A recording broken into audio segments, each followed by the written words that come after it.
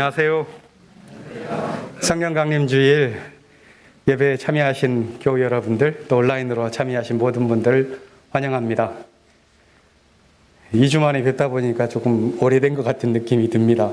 지난주에는 제가 코로나에 확진되어서 예배에 불가피하게 참석하지 못했습니다. 조금 추세가 잦아들다 보니까 피해 가겠지 아니란 생각을 가졌는데 덜컥 걸리고 말았습니다. 교우 여러분들께서 염려해 주시고 기도해 주신 덕분에 잘 회복했습니다. 고맙습니다. 오늘부터 8월 말까지 우리는 더위와 함께 성령 강림절 시간을 보내게 될 것입니다. 과제도 많고 또 우리 안에 세워나가야 할, 풀어가야 할 또 숙제도 있습니다. 생명을 회복하고 살려내는 거룩한 영께서 우리의 삶을 인도해 주시기를 빕니다.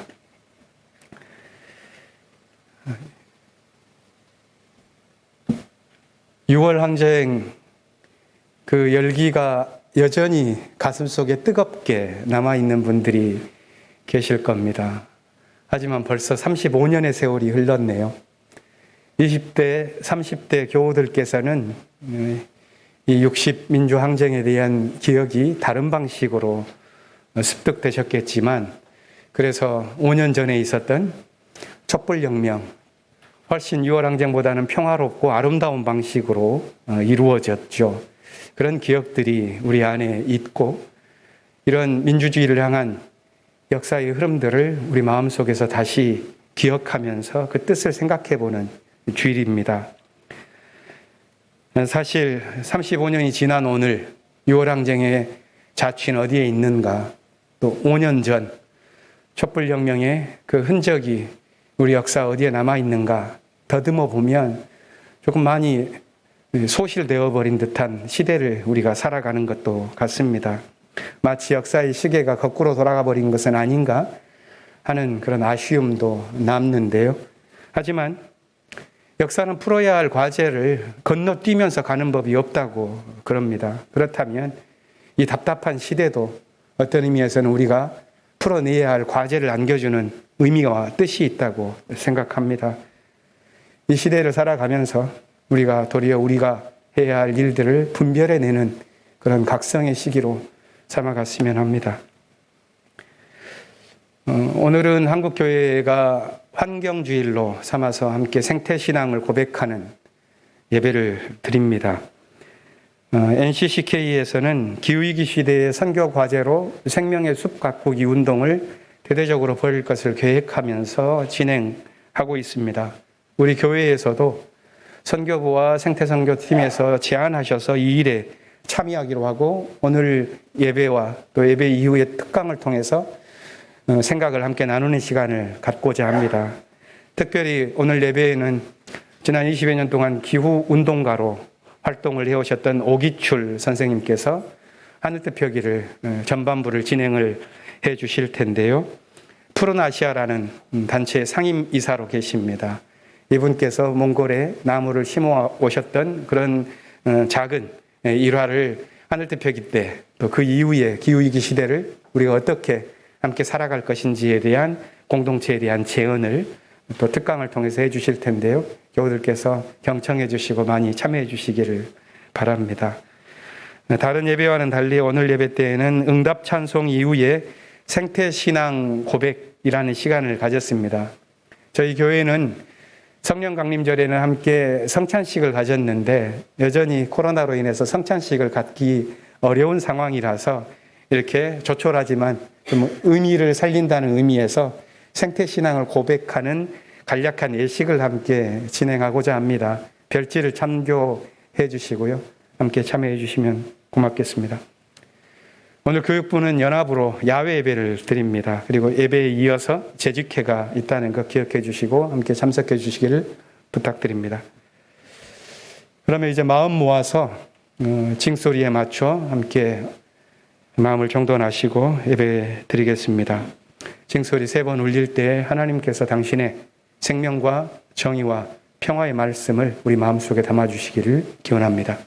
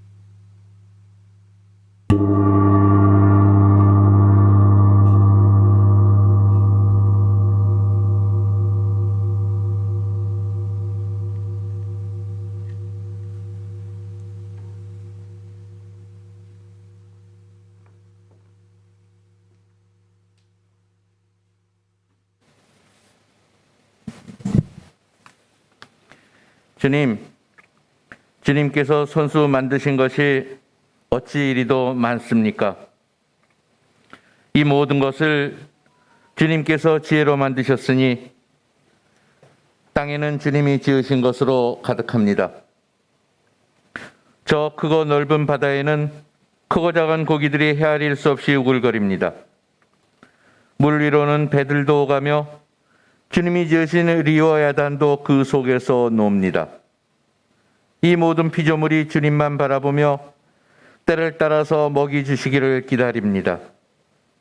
주님께서 그들에게 먹이를 주시면 그들은 받아먹고 주님께서 손을 펴 먹을 것을 주시면 그들은 만족해합니다. 그러나 주님께서 얼굴을 숨기시면 그들은 떨면서 두려워하고 주님께서 호흡을 거두어 들이시면 그들은 죽어서 본래의 흙으로 돌아갑니다. 주님께서 주님의 영을 불어넣으시면 그들은 다시 창조됩니다.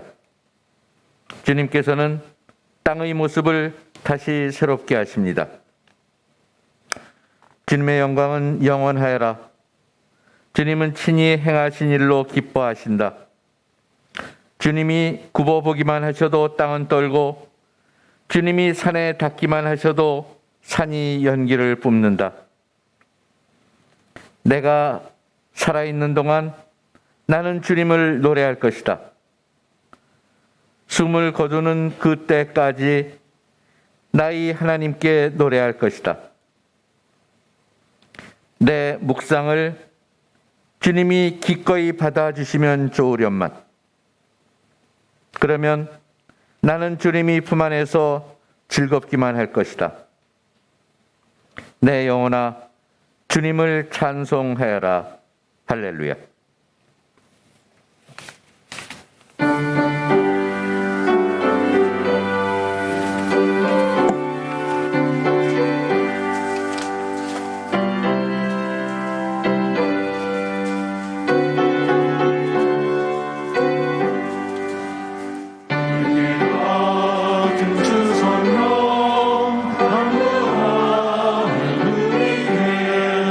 지금도 임하셔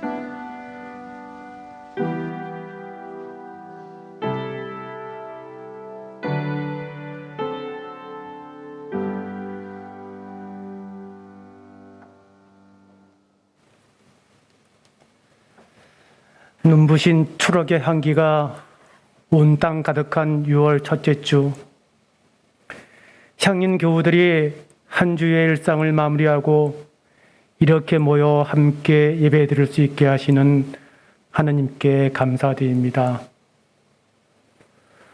오늘은 성령이 임하여 교회가 시작된 날을 기념하는 성령 강림 주일입니다. 하느님의 영으로 인도함을 받은 사람은 누구나 다 하나님의 자녀입니다. 자녀이면서 상속자이기도 합니다. 우리가 그리스도와 함께 영광을 받으려고 그와 함께 고난을 받으면 우리는 하느님이 정하신 상속자여 그리스도와 더불어 공동 상속자입니다. 라는 바울의 말씀을 묵상합니다. 성령이신 하느님, 하늘과 땅이 연결되고 하느님의 영이 사람에게 임한 오순절, 교회 공동체가 경험한 이 성령 강림 사건은 소통과 단절, 반목과 갈등으로 점철된 비극적인 역사를 하늘의 평화로 만들려는 치유와 회복의 과정이며 이웃의 아픔을 자신의 것으로 받아들이는 하늘을 향해 부르짖는 사람들이 하나임을 확인하는 사건입니다. 우리 향림 공동체가 진리의 영으로 인도받아 사회와 역사의 좌표로 우뚝 설 수 있도록 인도하여 주옵소서. 생명이신 하느님, 자연과 함께 소박하게 살아왔지만 삶의 터전이 풀 한 폭이 없는 사막으로 점점 변하면서 고향을 등지고 정처 없이 떠도는 기후 난민이 있습니다. 이들의 삶과는 전혀 상관없는 지구 곳곳에서 벌어지는 더 많이 소비하고 더 편하고 더 풍족한 삶을 위하여 더 많이 만들고 더 쓰고 더 버리는 이러한 욕망을 부추기는 문명은 인류와 지구를 시름시름 병들게 하는 원죄입니다. 더 적게 쓰고 좀 더 불편하고 스스로 가난해지는 것이 우리가 알지 못하고 지은 죄를 회복하는 것이라 믿습니다. 교회의 주인이신 하느님, 하느님의 말씀을 통해 삶이 갱신되는 사건이 일어나고 그리스도 안에서 교우 간의 만남과 사귐이 있는 자리이며 아픔을 겪는 이웃에게 손을 내밀어 평화를 일구어내고 그래서 당신의 무한한 은총 아래 자유의 기쁨을 맛보는 곳, 교회입니다. 오늘 오랜만에 얼굴을 맞대고 교회 일을 논의하는 재직회가 있습니다. 평신도 교회를 가꾸기 위해서는 우리가 가진 시간, 우리가 하는 노력의 10분의 1, 열정의 11조가 필요합니다. 교회의 일꾼들이 그 맡은 소명을 이룰 수 있도록 이끌어 주옵소서. 어려운 상황 속에서도 교회 학교를 위해 애쓰고 계신 선생님들과 보이지 않는 곳에서 말없이 묵묵히 수고하시는 손길과 아름다운 찬양과 멋진 가락으로 수고하는 성가대와 예양의 정성을 기억하여 주옵소서. 많은 신앙의 선배분들이 병상에서 신음하고 계십니다. 말할 수 없이 힘들고 외로운 시간에 당신의 크신 위로와 치유의 손길이 함께하여 굳건히 이겨낼 수 있기를 간절히 기도합니다. 특히 오늘은 숲이 만드는 기적이라는 오기칠 푸른 아시아 선생님이 전하는 말씀을 통해 생명과 환경에 대해 깊이 생각하는 시간이 되게 하옵소서. 이제 고요함 속에 은밀히 말씀하시는 당신의 음성을 듣겠습니다. 말씀하소서.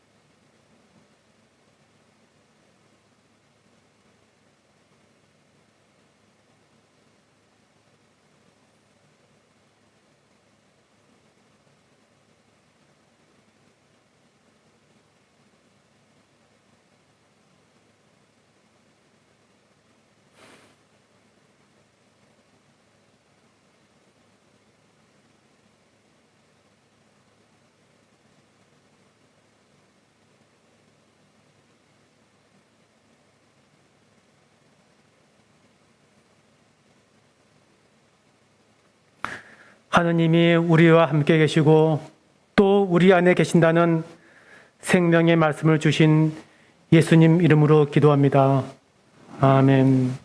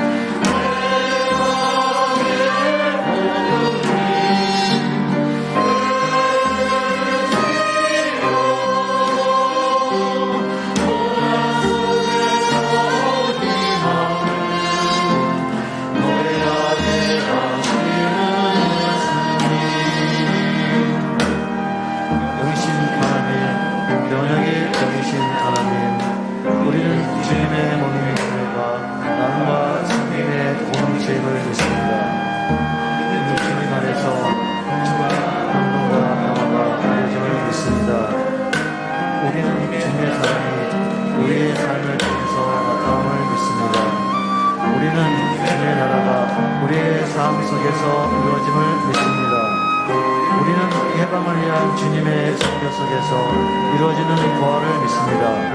우리는 주님이 보여주신 진리 안에서 날마다 새로워짐을 믿습니다.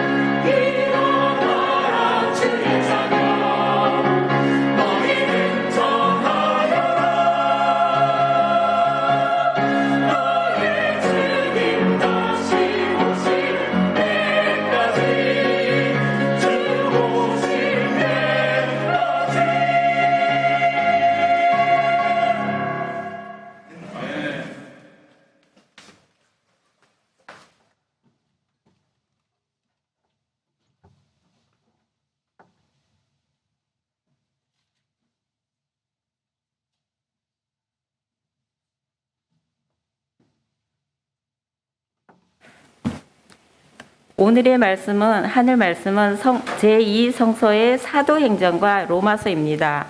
먼저 사도행전 2장 1절에서 21절 말씀을 읽겠습니다. 제2성서 199쪽입니다. 오순절이 되어서 그들은 모두 한 곳에 모여 있었다. 그때 갑자기 하늘에서 세찬 바람이 부는 듯한 소리가 나더니 그들이 앉아 있는 온 집안을 가득 채웠다. 그리고 불길이 솟아오를 때 혓바닥처럼 갈라지는 것 같은 혀들이 그들에게 나타나더니 각 사람 위에 내려앉았다. 그들은 모두 성령으로 충만하게 되어서 성령이 시키시는 대로 각각 방언으로 말하기 시작하였다. 예루살렘에는 경건한 유대 사람이 세계 각국에서 와서 살고 있었다. 그런데 이런 말소리가 나니 많은 사람이 모여와서 각각 자기네 지방말로 제자들이 말하는 것을 듣고서 어리둥절하였다. 그들은 놀라 신기하게 여기면서 말하였다. 보시오, 말하고 있는 이 사람들은 모두 갈릴리 사람 아니요? 그런데 우리 모두가 저마다 태어난 지방의 말로 듣고 있으니 어찌 된 일이요? 우리는 바데 사람과 메데 사람과 엘란 사람이고 메소포타미아, 유대와 갑바도기아와 본도와 아시아와 부르기아와 밤빌리아와 이집트와 구레네 근처 리비아의 여러 지역에 사는 사람이고 또 나그네로 머물고 있는 로마 사람과 유대 사람과 유대교에 개종한 사람과 크레타 사람과 아라비아 사람인데 우리는 저들이 하나님의 큰 일들을 방언으로 말하는 것을 듣고 있어. 사람들은 모두 놀라 어쩔 줄 몰라서 이게 도대체 어찌 된 일이요? 하면서 서로 말하였다. 그런데 더러는 조롱하면서 그들이 세술에 취하였다 하고 말하는 사람도 있었다. 베드로가 11사도와 함께 일어나서 목소리를 높여서 그들에게 엄숙하게 말하였다. 유대 사람들과 모든 예루살렘 주민 여러분, 이것을 아시기 바랍니다. 내 말에 귀를 기울이십시오. 지금은 아침 9시입니다. 그러니 이 사람들은 여러분이 생각하듯이 술에 취한 것이 아닙니다. 이 일은 하나님께서 예언자 요엘을 시켜서 말씀하신 대로 된 것입니다. 하나님께서 말씀하신다.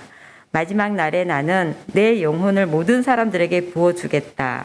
너희의 아들들과 너희의 딸들은 예언을 하고 너희의 젊은이들은 환상을 보고 너희의 늙은 이들은 꿈을 꿀 것이다.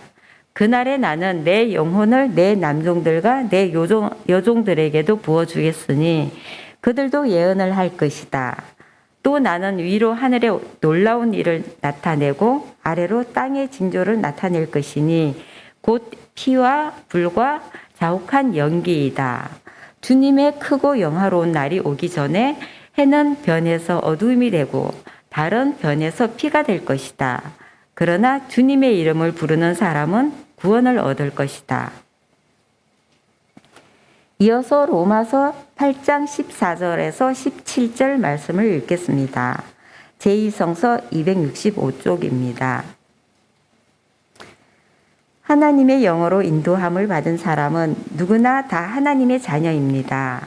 여러분은 또 다시 두려움에 빠뜨리는 종살이의 영을 받는 것이 아니라 자녀로 삼으시고 영을 받았습니다.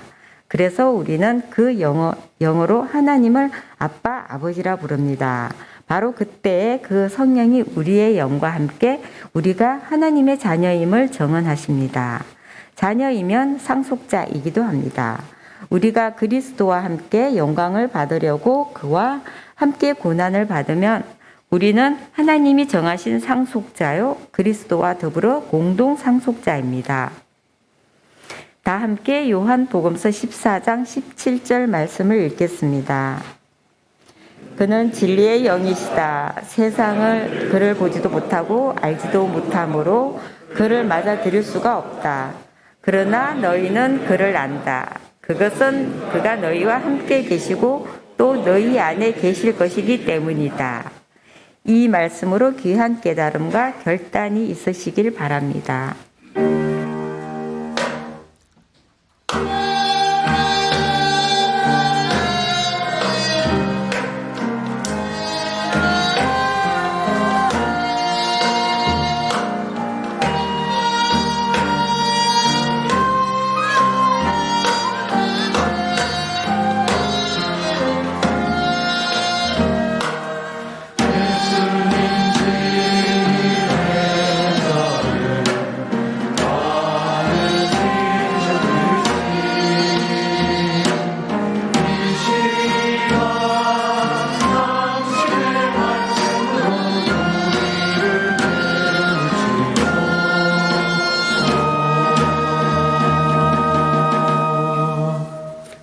오늘 함께 생각해 보실 복음서의 말씀은 요한복음서 14장 8절부터 17절 말씀입니다. 가능하신 분들께서는 모두 일어나셔서 복음서의 말씀을 들으시기 바랍니다.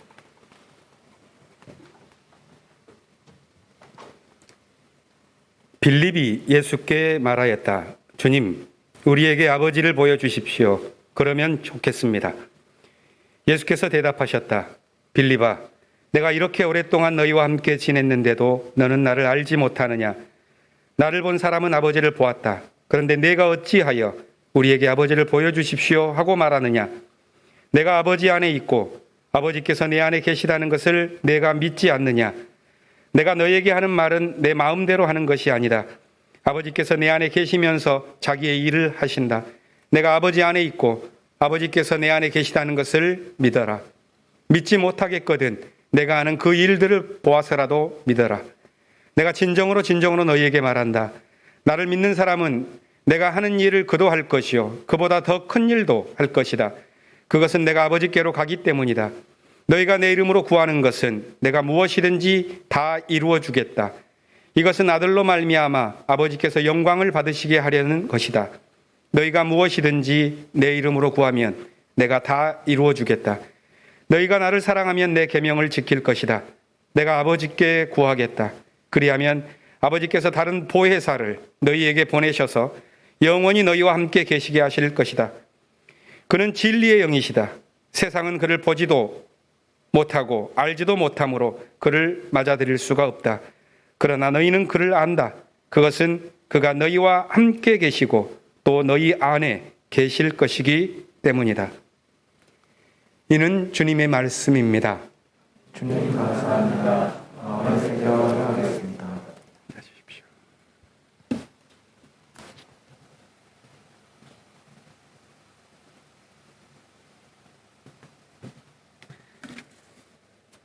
예배 시작 전 소개해드렸듯이 먼저 숲을 만드는 기적이라는 제목으로 말씀을 전해주실 분은 오기출 님이십니다. 푸른아시아 상임이사로 활동하시는 선생님이신데요. 앞으로 모시겠습니다.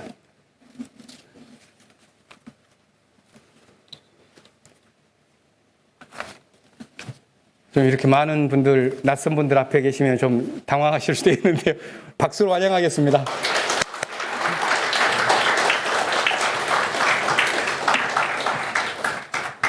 이렇게 뜨겁게 맞아주셔서 감사합니다. 네.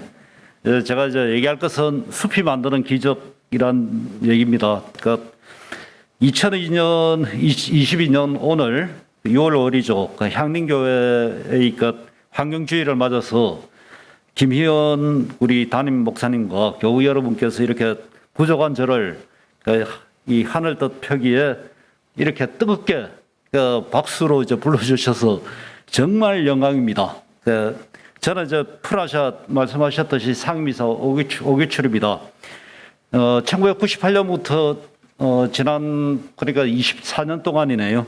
몽골이나 미얀마 또 이런 지구촌의 기후 위기가 아주 심각하게 일어나고 있는 그 현장에서 활동을 해온 기후 운동가입니다.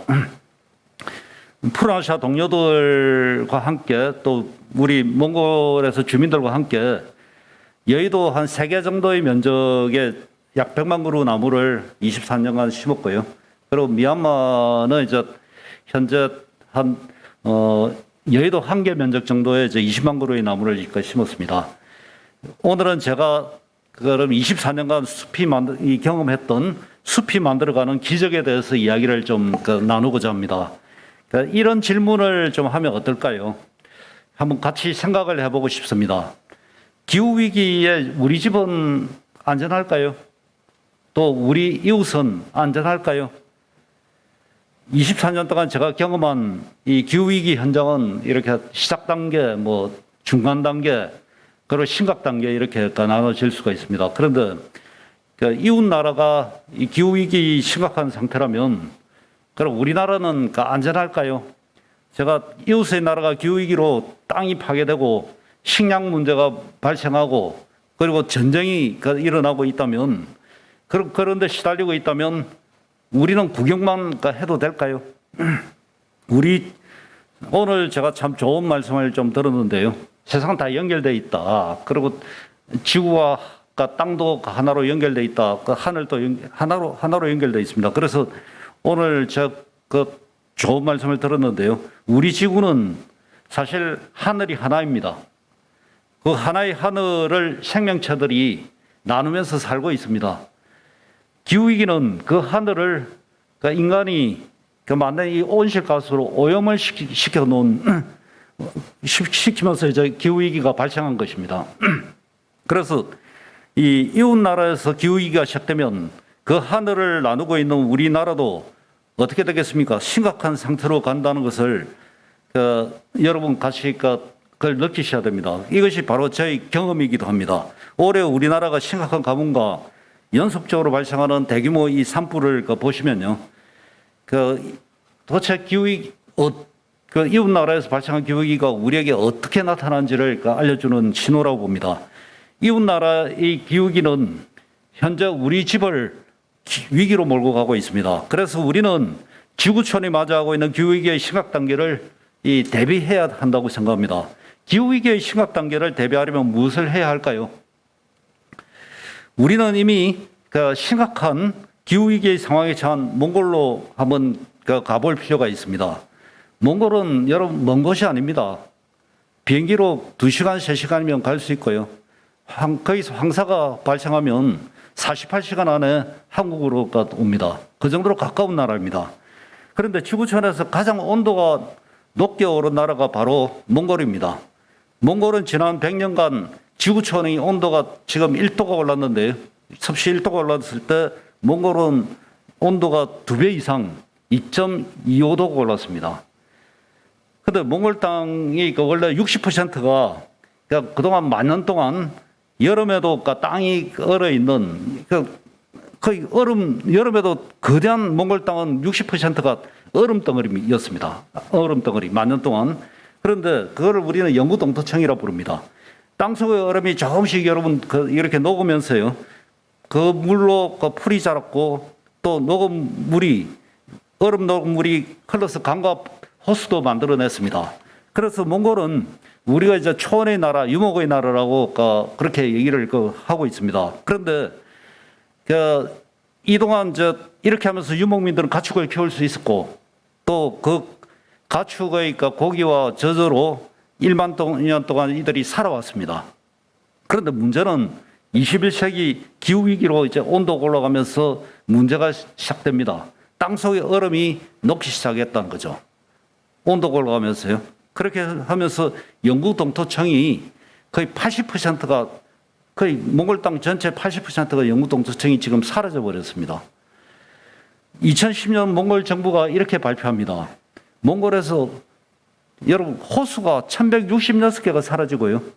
강이 887개가 사라집니다. 2010년도 몽골 정부 발표입니다. 그런데 우리 대한민국보다 16배나 더 큰 이 몽골 땅에 이런 일이 생기면서 이 80%의 땅 전체가 지금 풀이 사라지고 나무가 사라지면서 빠르게 모래땅으로 지금 바뀌고 있습니다. 그러면 가축의 먹이인 물, 풀 이런 게 사라지면 이렇게 되자 20년 전 2002년도에 어떤 일이 생기느냐 1천만 마리의 가축이 굶어 죽습니다. 그리고 8년 뒤인 2010년도에 또 1천만 마리의 가축이 굶어 죽습니다. 그렇게 되면서 2002년도에 모든 재산을 잃은 사람들이 유목민 2만 가구가 모든 재산을 잃어버립니다. 그래서 10만 명이 모든 재산을 잃었고요. 그 당시 또 2010년도에도 10만 명이 재산을 잃어버립니다. 가축을 잃어버리면 모든 재산을 다 잃어버린 거죠. 저는 2015년도에 몽골에 여름에 조사를 하러 갔는데 조사를 하면서 원래 몽골은 풀이 자라야 됩니다. 그런데 그 푸르게 자라야 될 거기에 누렇게 죽어 있는 가뭄으로요. 그 초원에서 이 가축들이 얼마나 굶었는지 갈비뼈가 이렇게 다 드러났어요. 원래 가축들은 그 시기가 되면 여러분 몽골은요 가축들이 여름이 되면요 잘 먹어서 이렇게 살이 이렇게 쪄 있어야 됩니다. 그러면서 겨울을 나면서 이제 살이 빠지는데 지금 제가 여름에 가축들이 갈비뼈가 드러나 있더라고요. 그래서 앙상에 드러난 가축들이 걷지도 못하고요. 눈빛이 풀려 엎드려 있는 모습들을 보고 제가 눈물이 났습니다. 그때. 이렇게 가축들이 한 번에 대규모로 굶어 죽으면서 모든 재산을 잃은 이 유목민들을 우리는 뭐라고 부르느냐. 그러니까 이 모든 재산을 잃은 사람들을 우리는 기후난민이라고 부릅니다. 어쩌면 기후난민이라는 얘기를 오늘 처음 들을 수도 있습니다. 기후위기는 얘기를 들었어도요. 그런데 이 기후난민들이 발생한 마을들에, 이들이 발생한 지역에 가보면, 학교를 한번 찾아가 보면 도서관에 책도 한 권 없습니다. 그것은 먼지만 그 도서관 안에 날리고요. 썰렁합니다. 땅이 파괴되면서요. 사람들의 삶도 같이 파괴되어 버렸기 때문에 그렇습니다. 유목민들이 조상대대로 사실 1만 년 동안 가축을 키우면서 살아왔습니다. 그런데 왜 자신의 내대에 이렇게 조상대대로 내려왔던 이 가축들이 모두 죽고 자신은 이 세상을 정처 없이 방황해야 하는지 이유를 이들은 알지 못합니다. 현재 몽골 인구 320만 명 중에요. 이렇게 기후난민이 된 사람들이 20%입니다. 60만 명이 모든 재산을 잃고 현재 난민이 되어서 몽골은 수도가 울란바토르입니다. 그 울란바토르에 무작정화 살고 있습니다. 3개월 전만 해도 그들은 양젓으로 먹었는데 아침에 일어나서 애들도요. 근데 이제는 사서 먹어야 됩니다.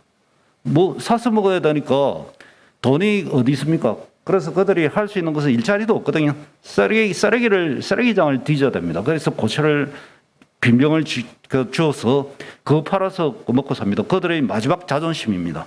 그래서 여러분 전쟁 난민은요. 전쟁이 끝나면 어디로 갈 수 있습니까? 집으로 갈 수 있습니다.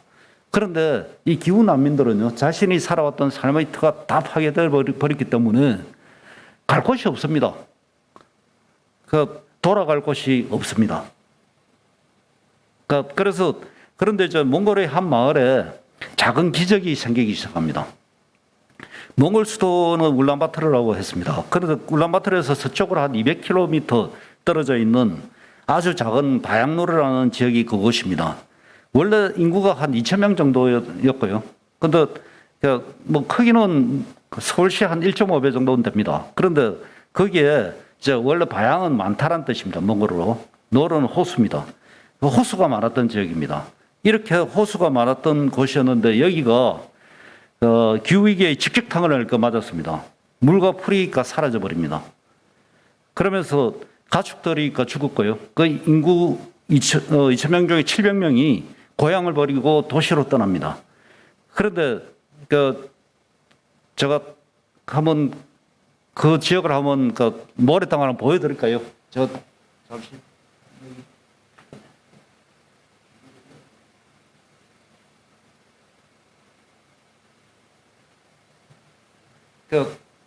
원래 호수가 많았던 지역이 풀이 굉장히 많았는데요. 이렇게 바뀐 겁니다. 2007년도에 완전히 모래땅으로 이렇게 바뀐. 이게 몽골이 사막화된 그 모습입니다. 근데 여기서 기적이 일어나죠. 여기 사실 이 주민들이 제가 보여드릴 것은 이 사람이 서 있는 이 기후난민이거든요. 모든 재산을 잃은 이 기후난민이 서 있던 위치에서 2007년입니다. 2013년 6년 뒤에 이 사람이 서 있는 위치에서 사진을 한번 찍어봤거든요. 이렇게 바뀌었습니다. 이걸 만든 사람들입니다. 이 바양노르 사람들이. 근데 여기에 유엔이 2014년도에 지구촌의 저 변방에 있는 바양노르 마을 사람들이 만든 사례 유엔 환경 노벨상인 유엔 생명의 토지상을 줍니다. 이 모델은 사실 아시아 아프리카 나라들에게 따라할 것을 권하고 있습니다. 도대체 여기서 무슨 일이 일어났기에 그랬을까요? 유엔은 당시 10년 이상 엄청난 돈을 들어서 기후위기 현장에 나무도 심고 풀을 심었는데 처참하게 실패합니다. 그래서 2014년 이런 제안을 합니다. 유엔의 얘기입니다. 지금의 기후위기가 지난 1만 년의 역사에서 처음 만들어졌다. 그래서 기후위기 해결을 한 사례가 아직 없다. 혹시 귀하의 나라에 이런 기후 문제를 해결하는 사례가 있으면 좀 찾아달라. 그러니까 이렇게 했고 약 80개 나라들이 각자 자기 사례들을 추천합니다. 몽골 정부가 이제 몽골 UNDP, 몽골 유엔이죠. 몽골에 있는 유엔과 몽골 정부는 푸른아시아와 바양로르 이 주민들이 만든 이 사례를 추천합니다. 이 몽골의 사례에 대해서 유엔 심사위원 전원이 만장일치로 유엔 생명의 토지상 최우상을 줍니다. 그럼 박수도 한번 쳐주고 그러던데요. 이런 얘기하면. 이 주민들이 만들어낸 겁니다. 그리고 제가 시상식에서 만난 세계은행 아프리카 대표는 얘기를 하기를 몽골 주민들이 만든 이 모델이 아프리카에도 적용이 가능하다고 얘기를 했습니다. 똑같거든요. 기후위기가 일어나고 땅과 사람들의 삶이 다 파괴된 이 지역에서 이 문제를 해결하는 사례가 적용 가능하다. 그런데 물과 풀이 사라지고 가축이 죽고 마을 사람들이 떠난 바양로르에서 무슨 일이 그동안 일어났기에 이런 것이 가능했을까요? 바양로르 주민 키지크 씨라는 사람이 젊은 그때 31살이었는데요. 2010년도에 이런 편지를 씁니다. 유엔에. 자신도 2002년 가축이 다 죽어서 이렇게 가축이 다 죽고 이 사람도 이렇게 되니까 무조건 울란바토르로 떠났는데 살기가 너무 힘들어서 2010년도 고향에 왔는데 고향이 이 모래 땅에서 숲으로 이렇게 밖에 있는 것을 이렇게 밖에 있는 것을 보고 놀랬다고 합니다. 그래서 궁금해서 푸른아시아에서 이제 농업과 조림 기술을 배우고 있다고 합니다. 그는 지금 행복하다고 얘기를 했거든요. 현재 바양로르 주민 40가구 200여 명이 2007년부터 지금까지 36만 평의 모래 땅을 숲으로 만들었습니다. 대단한 겁니다. 이 숲에서 4만 그루의 비타민 나무를 지금 키우고 있거든요. 그런데 그 비타민 나무가 돈이 됩니다. 그래서 그 열매를 팔아서 이들은 지금 돈도 벌고 자립을 하고 있습니다. 생태보건만 한 것이 아니고 여기다 비타민 나무를 심어서 4만 그루를 심어서 돈을 벌고 있습니다. 이들이. 현재 몽골에는 이런 바양로르 같은 모델이 9개 있고요. 확산됐죠. 여의도 면적 한 3개 정도의 면적에 현재 생태보건을 하고 기후난민이 되었던 주민 200가구 정도면 1000명입니다. 5명을 곱하면요. 200가구니까. 그러면 1000명 정도가 여기서 먹고 살고 있습니다. 그러나 처음부터 이렇게 되지는 않았습니다. 푸른아시아가 22년 전에 2000년에 처음 우리가 몽골에 2000년도에 처음 22년 전에 갔을 때요. 3년간 나무만 심었거든요. 4만 그루를 심었는데 100% 다 죽었습니다. 나무만 심었더니요. 그래서 주민들에게 안 되겠다. 월급도 주고 임금도 줘봤거든요. 근데 그것도 다 실패했습니다. 왜냐. 푸른아시아가 계속 그것에 우리가 머물러 있을 수가 없습니다. 그래서 우리는 거기 있다가 나와야 됩니다. 나오면 어떻게 될까요? 월급을 줄 사람이 없죠. 그럼 그들은 다시 옛날로 돌아갑니다. 그 심은 나무는 어떻게 되느냐? 겨울철에 화목으로 다 바뀝니다. 불쏘시개로 다 바뀌죠. 그래서 사막화가 다시 시작됩니다. 그러니까 이렇게 한 게 사실 봤더니 유엔도 그렇게 했더라고요. 유엔도 나무 심어서 다 죽이고 월급도 주고 돈 주고 뭐 주다 보니까 뭐 이제 안 주면 끝나는 거죠. 다음에 뭐 줄까 유엔에 오면요. 주민들이 바뀌긴 했는데 의존적으로 바뀌는 경험을 유엔에 한 거죠. 그런데 바양로르 주민들은 달랐습니다. 한번 얘기를 들어볼까요? 사실 우리가 이제 이렇게 하면서 지난 20년 동안 우리가 배운 것이 하나 있는데요. 그것은 뭐냐면 기후 위기가 일어난 곳에서 이건 바양로르 사람들이 얻은 교훈인데 일어난 곳에서 익숙한 것을 버려라. 익숙한 것을 다 버려야 됩니다. 나무나 풀이라는 우리에게 익숙한 것을 심으면 100% 실패합니다. 월급도 실패합니다. 이유는 이런 기후위기가 인류가 지난 1만 년 동안 역사에서 처음 겪었고 지금 그래서 해결 선례가 없습니다. 그래서 우리는 아무도 안 해본 시도를 했습니다. 그것은 여러분 나무 심기가 아니고요. 사람 심기였습니다. 주민이 스스로 먹고 사는 자립 모델입니다. 바양로르 주민들과 푸른아시아는 함께 10년 이상 이 사람 심기를 했습니다. 주민 자립 모델을 만들면서 이런 단계들을 만들어 봤습니다. 1단계는 주민 참여, 2단계는 주민들이 의사결정을 하고 3단계는 주민들이 그 지역을 소유하는 겁니다. 그래서 주민 참여, 주민들의 자신들이 모든 결정을 다 하는 2단계, 의사결정, 그리고 소유, 이 단계를 해서 성공한 겁니다, 이게. 근데 먼저 우리가 알아서 한 게 아닙니다. 하다 보니 이렇게 된 겁니다. 아까 성령이 그렇게 시켰다 그러는데요, 목사님이. 말씀이 그런 것 같아요. 방역로에서 주민들이 참여하면 처음부터 그러면 잘 된 것이냐? 아닙니다. 절대 아닙니다. 처음에 기후난민 20가구와 함께 나무를 심고 농사를 짓고요. 과일나무를 키우기로 이들과 처음에 이렇게 약속을 했습니다. 과일나무도 키우자, 나무도 심자. 그런데 주민들이 일을 안 하더라고요. 왜 일을 안 하느냐 했더니 자신들은 안다고 합니다. 이렇게 해외에서 자원을 이렇게 지원을 하면 나중에 힘 있는 국회의원이나 이런 부자들이 다 가져가더라. 그래서 자신들은 열심히 일할 필요가 없다고 했습니다. 이런 이들이 바뀐 것은 사실 작은 경험을 시작하면서였습니다. 그건 뭐냐면 이분들이 모아놓고 제가 그 당시에 한번 그런 얘기를 해서 약속을 했습니다. 여러분들이 결정을 한 대로 될 것이다. 여러분이 결정을 안 하면 국회의원은 감자 한 톨도 못 가져간다. 라고 약속을 했는데요. 함께 일을 시작한 지 1년 뒤에 2008년도 1년 뒤에요. 이들과 함께 모래땅에 감자를 한번 같이 심었습니다. 1년 뒤에요. 그런데 얼마나 이 분들이 일을 안 했는지 1.5톤의 감자를 심었거든요. 그런데 생산된 감자 양도 1.5톤이었습니다. 그러니까 여기서부터 이제 이야기는 시작됩니다. 저는 당시 주민 20가구가 생산한 1.5톤의 감자를 갖다 놓고 어떻게 나눌 것인지를 회의하자고 했습니다. 그런데 그들이 장시간 진짜 회의를 했습니다. 그래서 결정을 내렸습니다. 어떻게? 이들이 결정 내린 것은 30%는 씨감자, 60%는 자신의 가족 수대로 나누겠다, 60%는. 근데 10%는 기부를 하겠다 그러더라고요.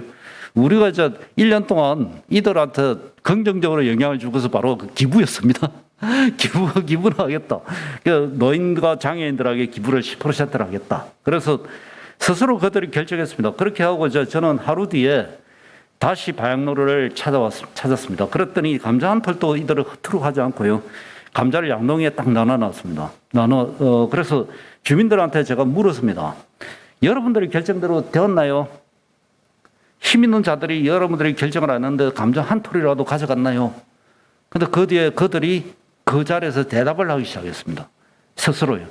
그러니까 이 질문에 대해서 그들이 대답을 하고 난 다음에 그러니까 이들은 자신들이 결정하면 된다는 것을 스스로 경험한 이후에 180도 바뀝니다.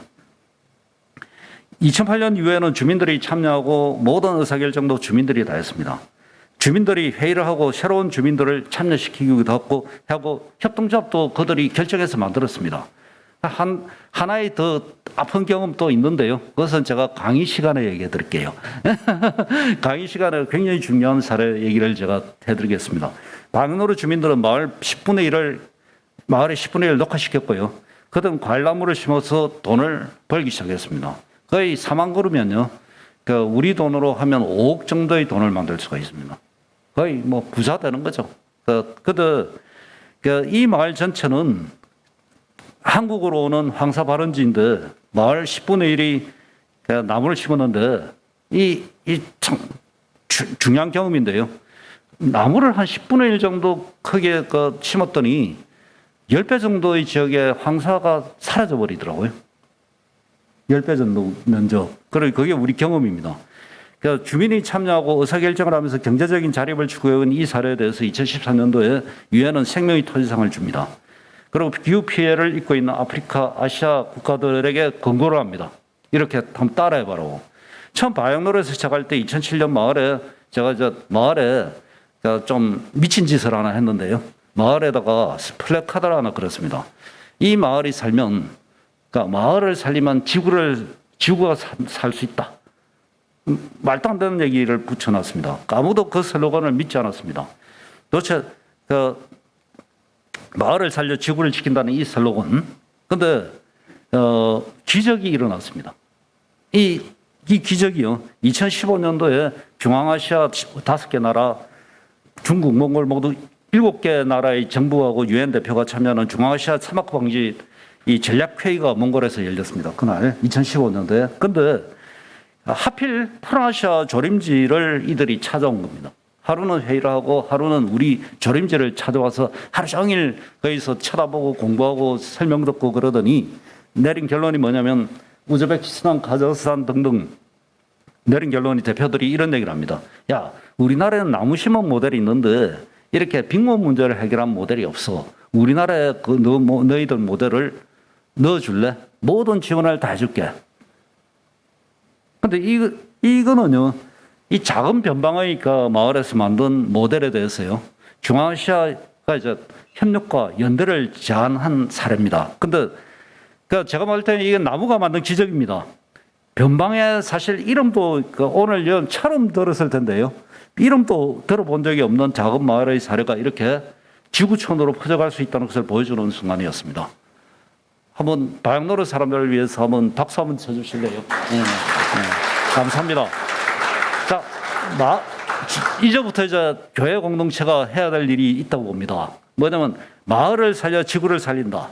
그래서 이런 제안을 드리고 싶습니다. 아시아 차원에서 10억 그루 나무를 심기를 하면 어떡하? 10억 그루 나무 심기. 이름에서 테라시아 프로젝트입니다. 테라는 땅이란 뜻이고요.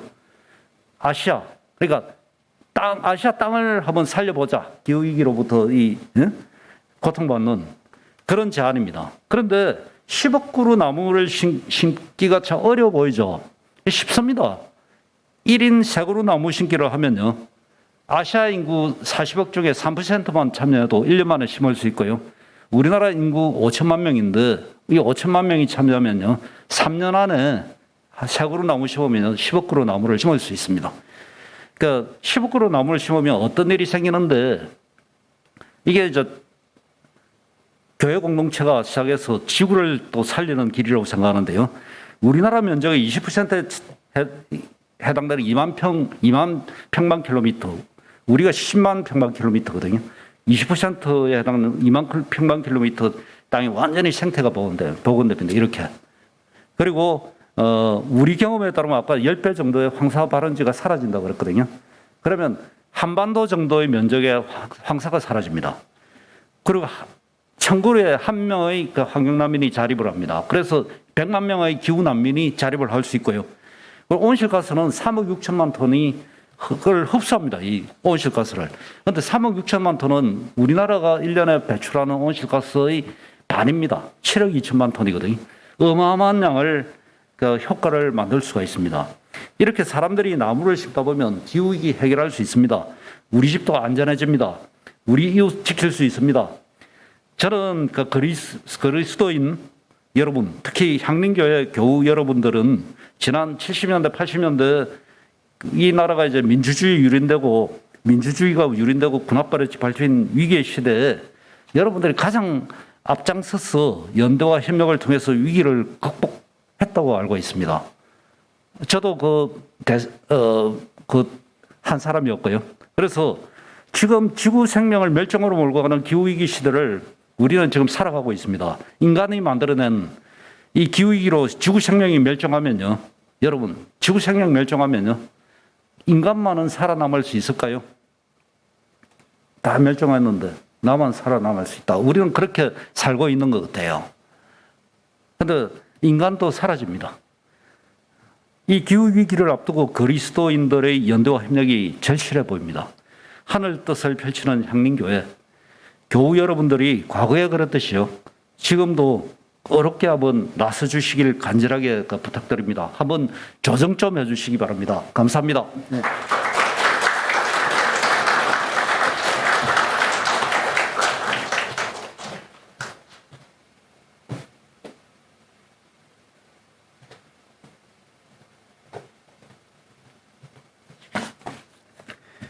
고맙습니다. 성경 말씀을 잠깐 보려고 합니다. 환경주의를 맞아서 기후운동 사역, 이게 우리 시대에 참 필요한 일이고 또 성령 강림절을 지나가면서 우리가 생각해 볼 우리 시대의 오순절 사건이다 하는 생각도 듭니다. 이 일에 우리 교회가 참여하기를 바라면서 제안해 주신 선교부 또 생태선교팀 감사드리고 앞으로 차근차근 이 일에 참여해 가면서 작은 사건들 또한도 만들어가기를 바랍니다. 사도행전에 나오는 오순절 성령 강림 사건은 바벨탑을 쌓고 높은 그 탑을 보면서 도리어 분열해 갔었던 인류의 역사, 그것을 되돌이키는 회복의 사건이었습니다. 바벨탑은 욕망을 상징했죠. 그 위에 세워진 문명과는 다른 길을 걷고자 하는 새로운 신앙 공동체가 등장한 신호탄이기도 했습니다. 성서를 보면 성령이 갈라진 불의 혀처럼 나타나서 사람들에게 내렸고 사람들은 그 불의 혀와 같은 언어를 입술에 담아 방언으로 이야기를 했습니다. 놀라운 것은 서로 다른 언어를 사용하는 사람들이 언어의 장벽 없이 15개 언어를 넘어서 한꺼번에 서로가 자기의 말로 듣게 되는 일이 벌어졌습니다. 이 신비한 사건에 대한 기록에서 반복되고 있는 두 개의 단어가 있습니다. 헬라어인데요. 하나는 하늘에서 내려와서 불의 혀처럼 내려와서 사람들의 입에 방언으로 나온 그겁니다. 그게 헬라어로 글로사입니다. 그리고 그 글로사가 말해졌을 때 귀에 들려온 말, 그건 디알렉토라고 하는 말입니다. 이 글로사라는 말이 3절에서는 불의 혀, 4절에서는 방언, 이렇게 같은 단어가 다르게 번역되어 있고요. 그래서 불의 혀가 내려와서 글로사가 사람들의 글로사로 말해진 거예요. 방언으로. 그러자 들려질 때는 각자의 디알렉토로 자신들의 언어로 들린 것입니다. 성서 이야기를 자세히 보면 사람들이 실제로 놀란 지점은 그 이상한 방언을 한 글로사를 말한 것에 있지 않습니다. 보수교회에서는 이 글로사를 말하는 것이 마치 제일 중요한 것처럼 이야기를 하죠. 거기에 있지 않습니다. 디알렉토로 소통을 모두가 한꺼번에 해나갔었던 그 놀라운 사건, 여기에 놀라운 점이 있다고 말을 합니다. 저는 그걸 보면서 이 성경이 말하고자 하는 것은 하늘의 글로사가 몸에 체화되어서 삶의 소통을 이루게 하는 디알렉토의 언어로 변한 것, 이것이 성령 사건이다. 핵심으로 읽혀지는 것입니다. 저는 이것이 우리 시대의 교회에 매우 중요한 가르침을 준다고 봅니다. 성령의 이름으로 진행되어진 오늘날의 많은 신앙 공동체의 일들이 오히려 불통을 일으키는 경우가 있지요. 각자의 자기만의 세계에 갇혀버린 일들이 허다합니다. 보수교회들은 하늘의 글로사를 말하지만 실제로는 자기만의 방언을 말할 뿐 디알렉토의 소통이 작습니다. 진보적인 교회는 자기 문화의 디알렉토에 대해서는 민감하지만 하늘의 글로사에 대해서는 그다지 큰 관심을 기울이지 않습니다. 그러다 보니 거룩한 영의 언어조차도 장벽에 갇혀서 공회전을 하는 그런 경우들을 많이 보는 것이죠. 그런데 성령의 사건은 이런 인간의 사건만이 아니라 요엘의 예언이 이루어진 사건이었다, 이렇게 말합니다. 남과 여, 노와 소, 남녀노소만이 아니라 자유인과 종, 모든 사람들이 예언과 환상과 꿈을 말하고 보게 되는 사건이었다고 말합니다. 거룩한 영을 입었던 사람들이 믿음의 세계를 새롭게 그려내기 시작한 것입니다. 이 성령 사건은 2000년 전 그 작은 지역에서 한 번 벌어진 사건이 아니라 역사 속에서 마치 화산맥처럼 이곳 저곳에서 터져나온다고 우리는 압니다. 한국 사회에서도 하늘에서 불어온 거룩한 거센 바람처럼 성령이 이끈 사건을 경험한 적이 있지요. 우리가 35년 전에 6월 항쟁을 기억하는 이유입니다. 수천 수만의 사람들이 시대의 꿈을 품고 일어나서 억압과 불통의 장막을 벗겨내기도 했습니다. 5년 전 촛불혁명도 그러했죠. 마치 하늘의 글로사가 내려와서 온 거리를 디알렉토로 가득 채운 그런 사건과도 같았다고 봅니다. 그런데 그 열기가 많이 식었습니다. 아니, 싸늘하게 죽었습니다.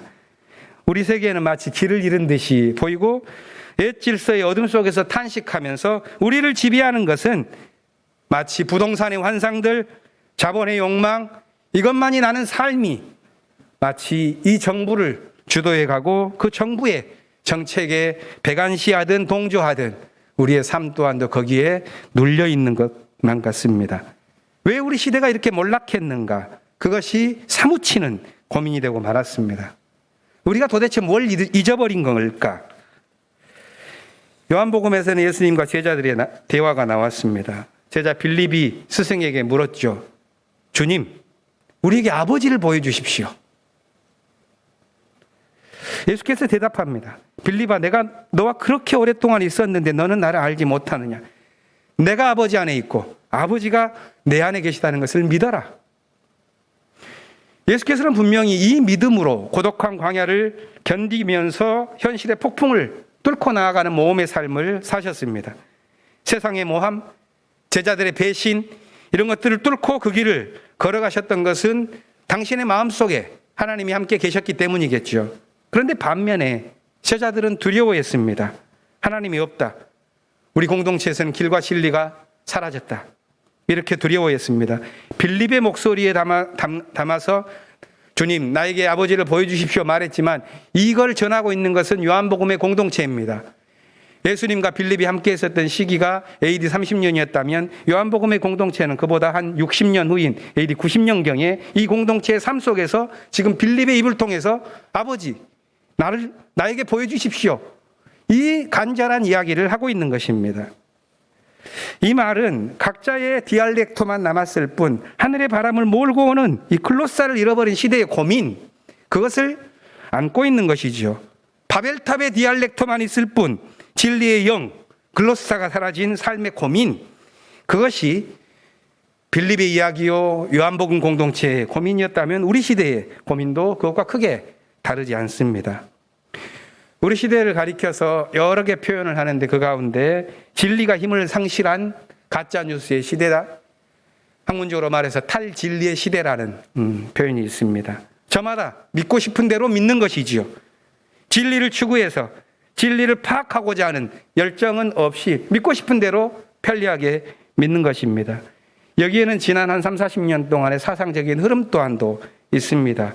한 철학자는 우리 시대의 정신을 주도해온 사상가들이 주장한 포스트모더니즘의 메시지를 한 구절로 요약하면 진리란 없다라는 말로 정리를 합니다.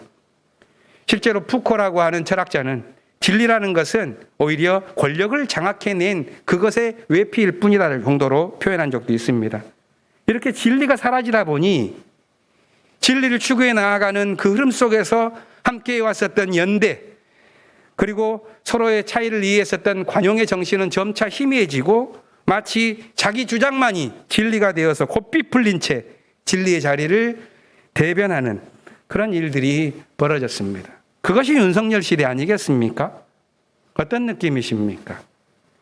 삶과 유리되어진, 삶의 진실과는 분리되어진 자기 주장이 너무나도 손쉽게 정의를 획득해버리는 취약한 시대를 우리는 보고 있는 것입니다. 우리 또한도 그 속에서 그리워진 빌립의 목소리를 듣고자 오늘 성서를 읽는 것이죠. 주님, 우리에게 아버지를 좀 보여주십시오. 우리가 함께 읽은 17절을 보면 빌립의 요청에 대해서 예수께서 이렇게 말씀하시는데 그 약속은 성령입니다. 그는 진리의 영이시다. 세상은 그를 보지도 못하고 알지도 못하므로 그를 맞아들일 수가 없다. 그러나 너희는 그를 안다. 그것은 그가 너희와 함께 계시고 또 너희 안에 계실 것이기 때문이다. 만일 너희 안에 진리의 영을 담고 있다면 시대가 아무리 어렵더라도 살 길을 찾을 것이다. 이런 말씀이시겠죠. 이런 진리의 영을 안고 살아간 많은 사람들 가운데 사도 바울이 있습니다. 그는 하늘의 글로사를 마음에 품고 삶의 폭풍우를 지나갔습니다. 고린도 교회에 보낸 첫 번째 편지를 보면 그 고백이 잘 나와 있는데 거기에 바울의 삶은 이렇습니다. 이게 바울의 고백인데요.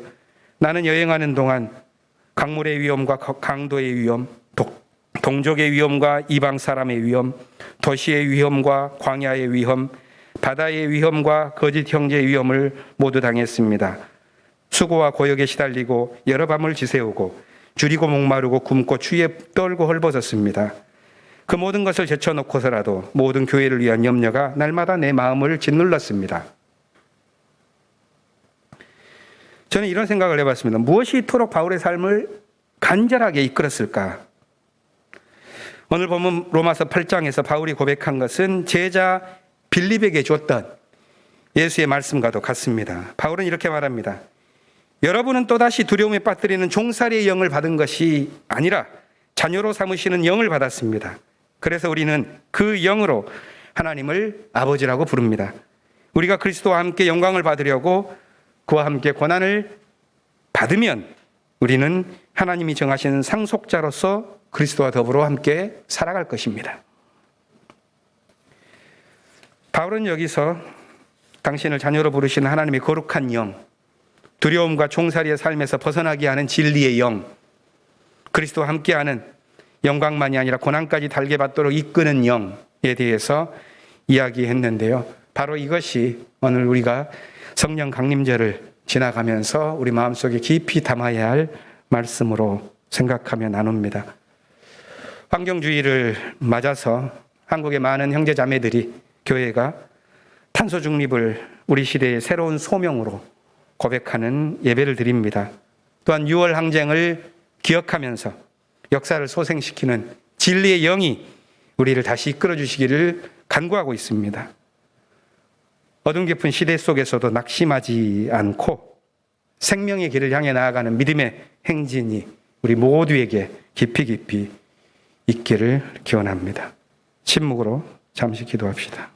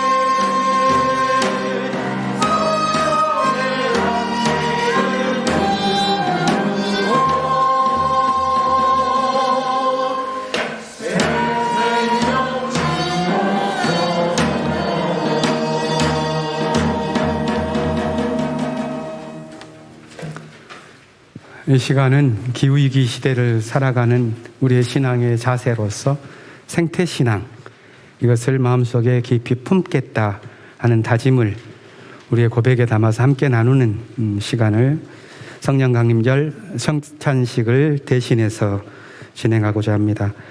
원래는 중간에 순서를 도와주실 세 분을 초대하려고 그랬었는데 그러면 좀 번거로울 것 같으니까 좀 애초에 계획과는 좀 달리 세 분 모두 앞으로 초대합니다.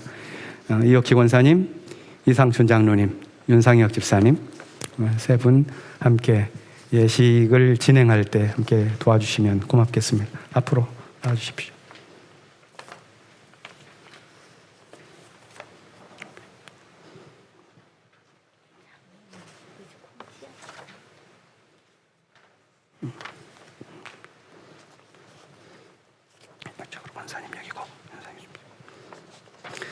별지를 참고해서 함께 했으면 좋겠습니다. 초대의 말씀을 드립니다. 사랑하는 여러분, 우리 주님은 온 생명이 생동하며 하나님을 찬양할 수 있도록 축복해 주셨습니다. 생명이신 하나님을 찬양합니다. 마음을 드높여 여러분의 사랑과 헌신을 생명의 주님께 드리십시오.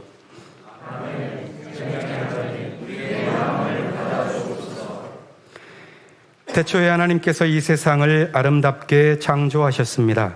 보시기에 참 좋구나 감탄하셨습니다. 모든 생명이 하나님의 정의와 평화 안에서 주님의 이름을 찬양할 수 있도록 우리를 청지기로 삼으셨습니다. 하지만 우리는 탐욕의 눈이 가리워져 하나님을 잊고 사명을 외면했습니다. 기후위기로 무생명이 쓰러져 갔지만 편리를 포기할 수 없었고 욕망을 멈출 수 없었습니다.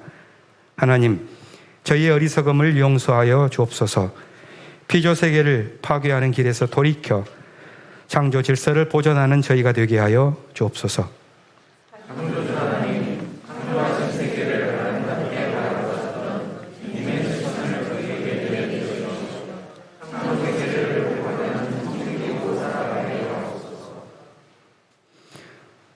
언제나 우리와 함께 하시는 살아계신 성령이시여, 이 시간 우리 안에 약동하시어 성부 하나님의 창조 사역에 저희를 동참시켜 주옵소서. 이 시간 우리 가운데 역사하시어 생태 정의를 회복하는 그리스도의 몸된 교회 되게 하여 주옵소서.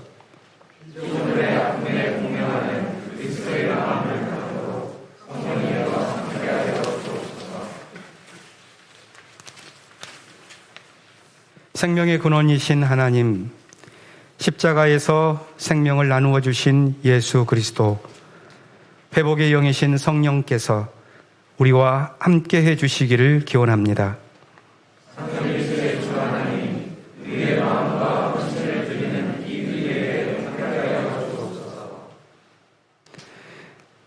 하나님의 생명을 우리의 마음과 우리 교회와 이 세상에 고이 심습니다.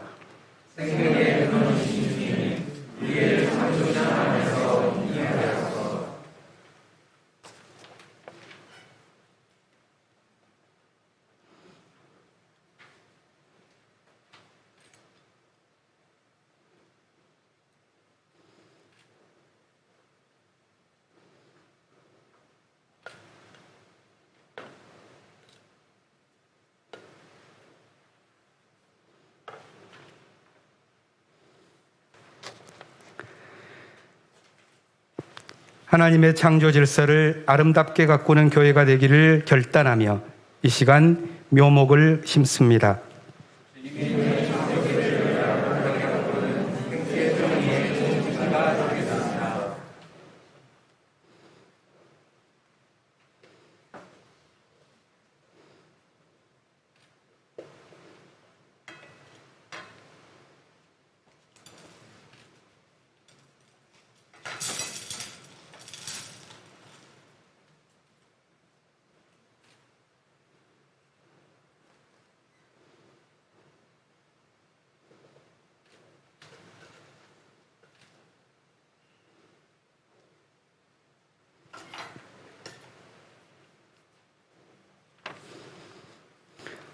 물은 생명을 살리는 힘입니다. 이제부터 우리는 물이 되어 피조세계의 무생명을 살리는 신앙인이 되겠습니다.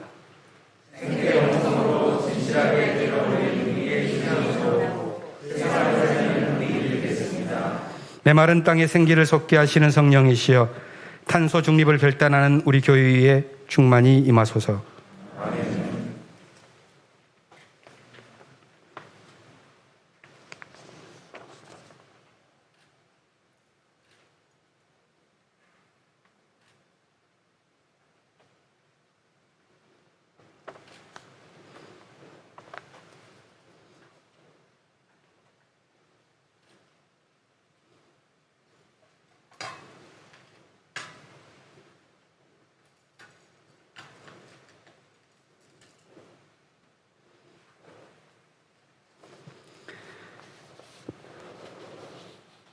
오늘 우리는 2022년 환경주의를 맞이하여 교회의 탄소 중립 실천을 결단하며 신앙의 의례를 하였습니다.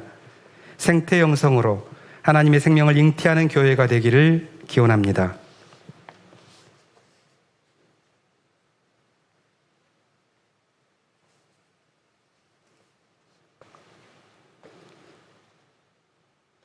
지체 없이 피조세계를 아름답게 가꾸는 청지기 사명을 감당하는 교회가 되기를 기원합니다.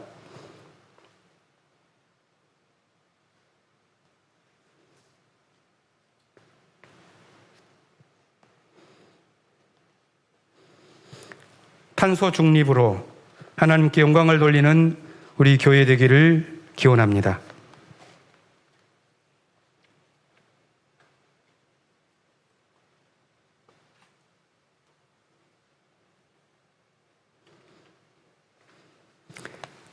우리의 소망을 담은 이 의례를 창조주 하나님께서 축복하시고 생태적 전환을 이루어갈 우리에게 새 힘과 용기를 주시기를 기원합니다.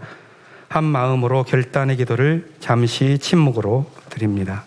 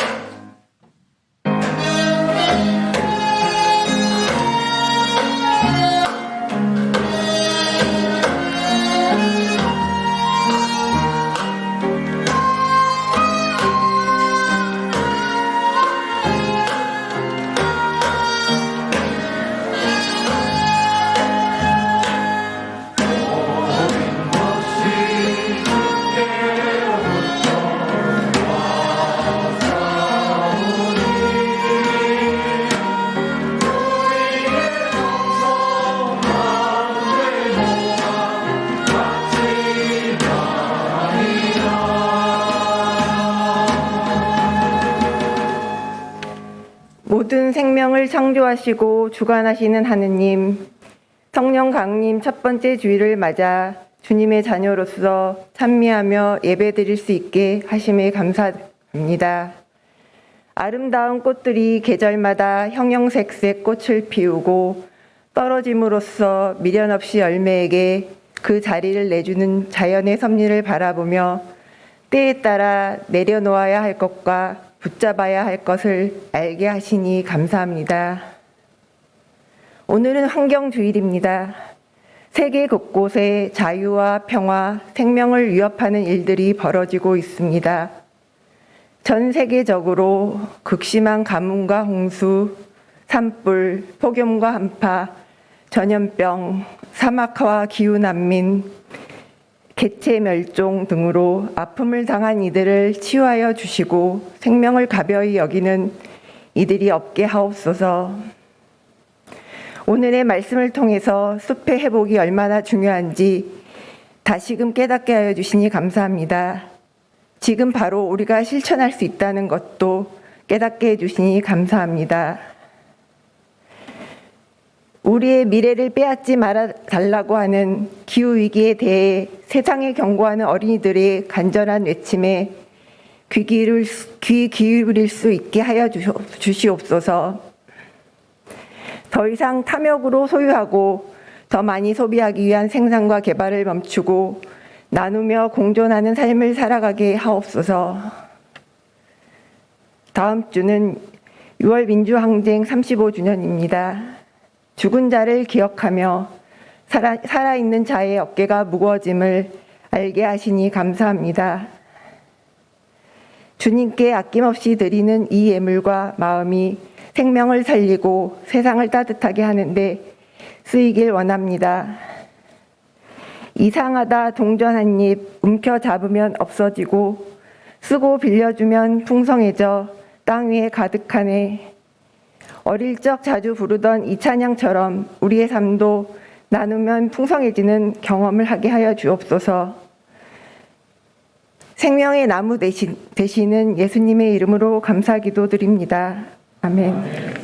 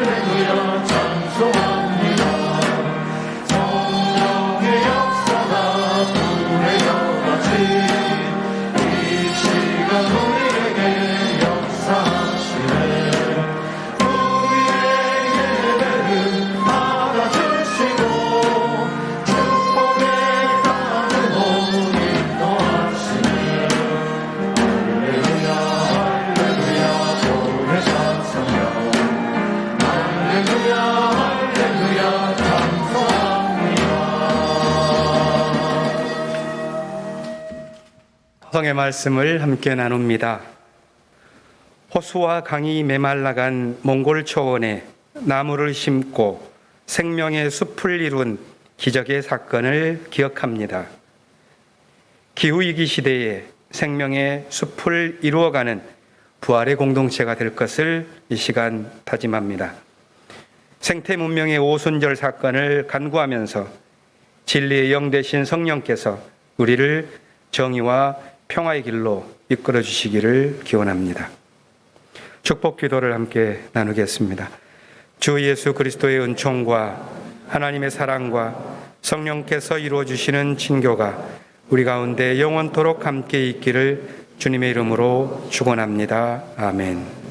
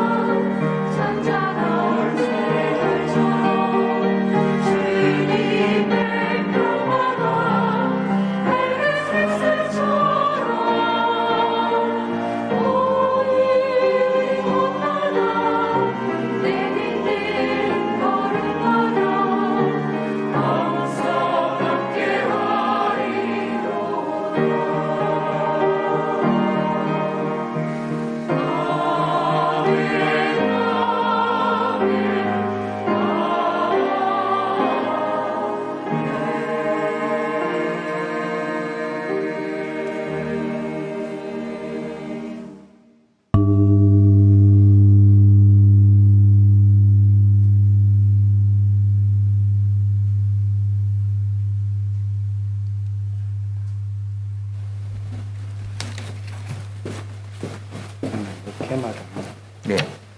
이승순 장로님.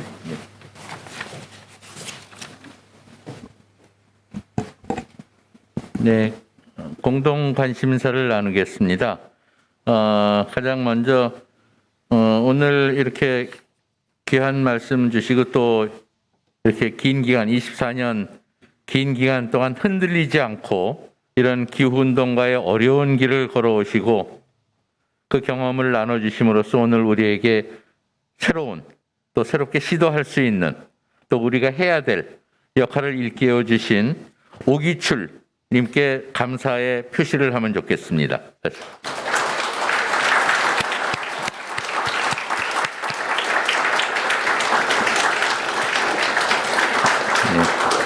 감사합니다. 그리고 여기 주보에도 있습니다만 오늘 2시에 이 자리에서 그 5층에 오늘 재직회를 하고 그 다음에 간단히 식사를 5층에서 하시고 다시 2시부터 이 자리에서 오기출님을 모시고 특강이 있습니다. 아까 그 하늘뜻 표기에서는 어떻게 보면 앞부분 맛보기만 말씀을 하셨다면 뒤에 우리 공동체가 구체적으로 할 수 있는 몫에 대해서는 아마 아까 예고하신 것처럼 2시 특강에 조금 더 구체적인 말씀을 해주실 것 같습니다. 기후위기 시대와 교회 공동체라는 제목으로 2시에 이 자리에서 특강이 있습니다. 기억하시고 참석하셔서 말씀을 이어서 들으시면 좋겠습니다. 주보에 나와 있는 바와 같이 오늘 정기재직회 바로 이 자리에서 이 예배 파하는 직후에 이 자리에서 바로 있습니다. 모처럼 열리는 재직회에 모두 함께해 주시기 바랍니다. 그리고 공동 식사는 전과 같이 5층에서 간편식으로 있습니다만은 지금까지와 같이 김밥이 아니고 이번에는 봉사부 여러분께서 좀 여러 가지 애를 많이 쓰신 것 같습니다. 감자 고구마도 직접 찌시고 또 계란도 찌고 뭐 레몬티 뭐 여러 가지를 준비하신 것 같으니까 간편식이긴 하지만 여러분을 위해서 애쓰는 손길들이 준비한 식사가 기다리고 있습니다. 재직회 후에 함께 5층에 가셔서 나누시기 바랍니다. 그리고 이어서 이런 모든 식사 특강 끝난 다음에 임시당회가 4시부터 5층 회의실에서 있습니다. 그리고 이 주보에 우리 가락 모임 얼수가 오늘 오후 5시 해화동에서 있는 걸로 나와 있습니다만 제가 이유는 잘 모르겠는데 오늘은 얼수 모임을 모이지 않고 다음 주일부터 모인다는 전갈이 있었습니다. 혼동 없어요. 오늘은 얼수 모임이 없다. 그러나 다음 주일날 한다. 이렇게 이해해 주시고 다음 주일날 다시 안내해 드리도록 하겠습니다.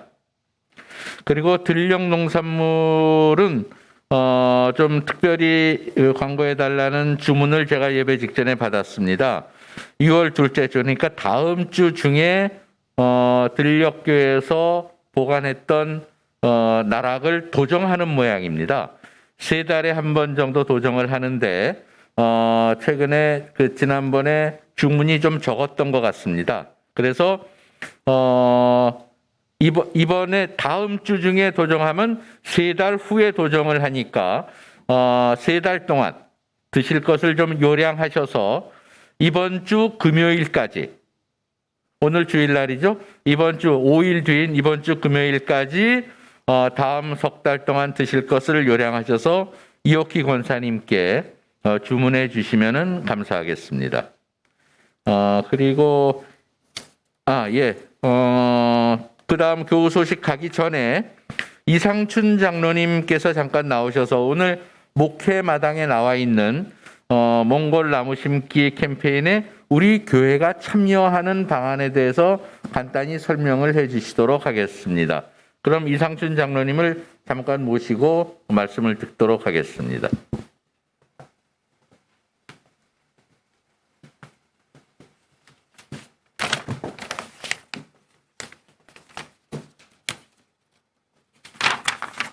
안녕하세요.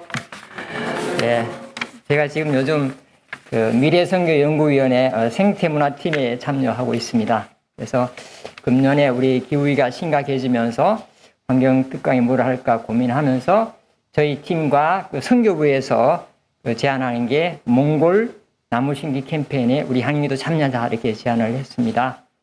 아마 이 자세한 내용 우리 목회 마당에 나와 있고 또 오기술 선생님이 설교도 말씀하셨지만 그 기후위기가 심각해지면서 몽골 사막화가 심해지고 또 기후 난민이 늘어나는 몽골의 방풍림과 비타민 나무를 지난 24년간 심음으로 인해서 땅도 살리고 기후위기에 대응하고 기후 난민이 돌아와 자립하는 지역 공동체를 이룬 사례로 유엔에서 환경 노벨상으로 불리는 생명의 토지상을 수상한 푸른 아시아에 이른 나무 심기 캠페인 활동에 참여하는 것이 우리 한인교회의 미래 성교에 중요하다고 생각되어 제안을 했습니다.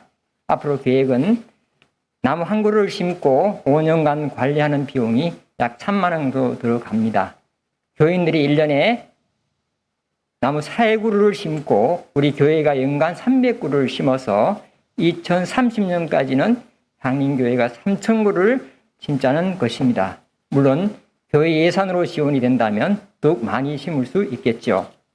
구체적 참조 방법은 우리가 헌금하는 이름 뒤에 나무 심기를 표기하는 목적 헌금으로 모아서 한인교회 이름으로 기부하면 푸른 아시아가 몽골 사막화된 땅 일정 면적에 한인교회의 팻말을 붙이고 현지인들이 계속 심고 관리하게 되고 저희들은 그 과정을 영상으로 보거나 또한 기회가 되면 현지 견학도 갈 수 있겠습니다. 이 일은 더욱 심각해지는 기후위기에 대응하면서 우리 모두의 잘못으로 기후 난민으로 비참하게 살아가는 몽골 이웃을 돕는 일이면서 동시에 우리의 생태의 영성을 회복하는 길이며 우리 미래 세대에 희망을 줄 수 있는 일이기에 여러분들의 많은 참여를 부탁드리겠습니다. 더욱 자세한 얘기는 오후 2시에 열리는 환경 특강에서 들을 수 있겠습니다. 많은 참석 부탁드리겠습니다. 감사합니다.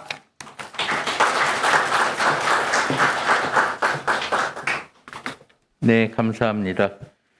이어서 교우 소식 전해드리겠습니다. 예, 혼인. 지난주에 인사드렸죠? 심예원 신정환 교우. 이번 주말 6월 11일 토요일 오후 1시 30분 헤리츠 5층 프로메사홀에서 결혼식을 갖습니다. 강남구 논현동에 있군요. 기억하셔서 많이 참석하시고 축하해 주시기 바랍니다. 이번 주 일정으로는 선교부 원래회 내일이군요. 6월 6일 오후 9시 줌으로 있고 정기당회는 다음 주에 있고 그 밖에 선교부 신학공부 모임 우리 성서 강좌 등은 나와 있는 내용 참고해 주시기 바랍니다.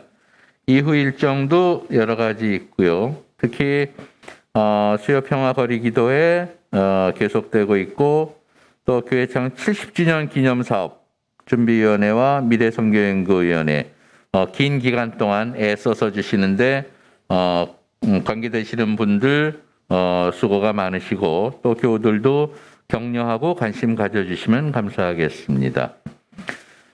그 다음 에큐메니칼 소식으로는 아시는 바와 같이 을지 오비베어를 찾기 위한 현장 문화제는 매일 계속되고 있습니다. 교우 여러분들도 시간 되시는 대로 일주일에 한 번 정도라도 관심 갖고 현장에 같이 해주시면 좋을 것 같습니다. 다른 일정들은 쭉 보시면 되겠고요. 네 번째에 있는 효순미선 20주기 추모제. 이게 효순미선 그 안타까운 사고로 이 세상을 떠난 게 벌써 20주기네요.